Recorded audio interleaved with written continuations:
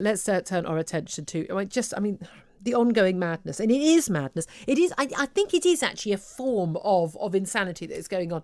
And not just here in the UK, it's in America, but it does seem to be afflicting sort of the Anglophile countries the most, full of this guilt about our past, wiping away our history, whether it's toppling statues, whether it's trying to wipe away anything that anyone has ever done that wasn't a good thing. And goodness me, an awful lot of our past has not been good, but an awful lot of our past has been. Yes, there were slave traders in this country, but yes, there was also people Wilberforce who ended the slave trade. Well, today the Church of England and the Bank of England have both apologised for their historic slavery links, because, of course, when slavery was banned, quite rightly, there was a decision to pay reparations, to pay compensation, but not to those people who had been enslaved, to the people who had enslaved them, to basically pay them off for losing the human beings they had taken as their property. It's extraordinary in these days. It's extraordinary and horrific, but it's what happened, and it was what was necessary to happen to free those people. Well, also later today, England Rugby have called on fans to stop singing "Swing Low, Sweet Chariots." They are now having a review into whether or not people should sing the song after it was emerged. You know, obviously it does come as a slavery song, and it's been accused of cultural appropriation. Well, one of the first times it actually got sung very early on was actually to the next guest, Martin Offiah, because of course his nickname is Chariots, as in Chariots of Fire, former England Professional Rugby League and Rugby Union player. Martin, thank you for joining us. Oh, my pleasure. Is it cultural appropriation? Is it inappropriate? Is it an insult to the history of black slavery for people supporting England playing on the pitch at rugby to sing "Swing Low, Sweet Chariot"? No, I wouldn't say. I think we all, if you're eating fish and chips, or you're eating a curry, or you're doing this, or you're doing that, people can claim it's cultural appropriation. But I think like education and informing ourselves about what it is that we are singing or saying, I think is never going to be a bad thing. Education over ignorance every time. Do I think the song should be banned? Definitely not. But I do applaud the RFU for reviewing it. I think it's something that a light needs to be shone upon. Does it need a review? Why does it need to be reviewed? Just because I think it doesn't stop there. I think I was watching the Joe Rugby podcast the other day, and Alex Payne asked a question to Ellis Genge. She said, after quoting some statistics about the number of black and ethnic council members, I think this was only one, Maggie Alfonsi, do you think the RFU or do you think rugby is racist? And he said, well, you're basically answering your own question. I think we are just looking at what, turning the microscope on ourselves and magnifying hold on a minute. Just the sheer specific numbers doesn't make an organisation racist. There'll be... No, it doesn't. We could argue, why are there so many black British people playing, competing in athletics, not enough white people? That's racist then, isn't it?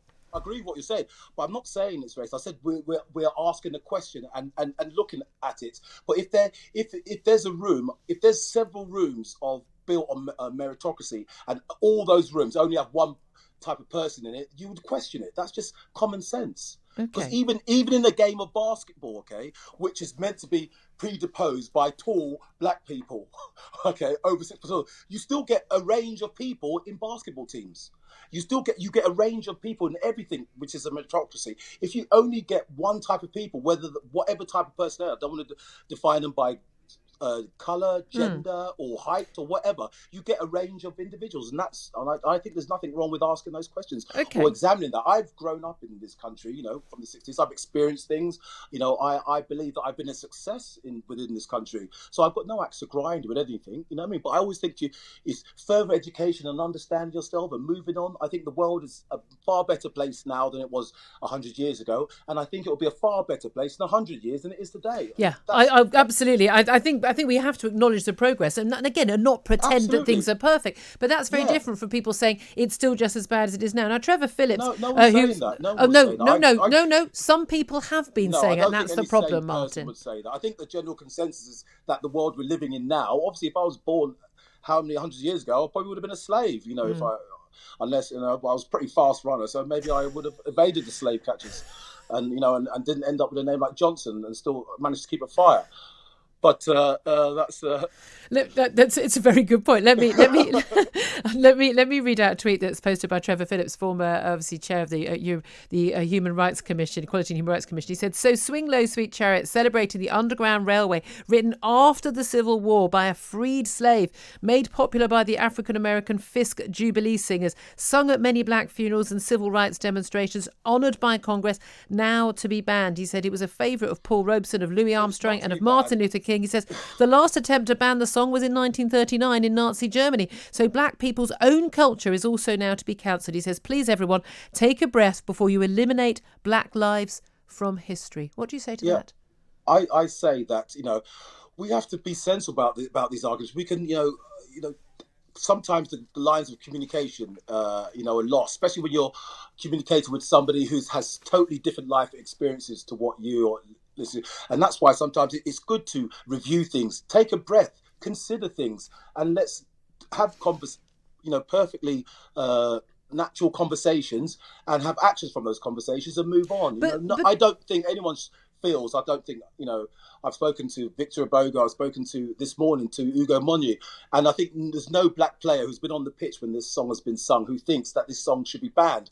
But they are still applauding the RFU for taking a breath, saying we're reviewing this. Maybe there's other things that we need to review, and we get along swimmingly and move forward. Because I assure you, 20 years from now, we're going to look back at this time we're living in now, and we will be doing things differently. Yes. And well, that's the worry, of course. If we're going to be judging everybody by the current moral standards, the trouble is that none of us is going to live up to scrutiny in 20 years' time, and maybe cancelling all our history and our culture and our cultural enjoyment from the past it perhaps isn't going to be very good for us in the future. Such a pleasure to speak to you, Martin Offiah. Thank you very much indeed, former England professional rugby player, of course. Very much appreciate you joining me.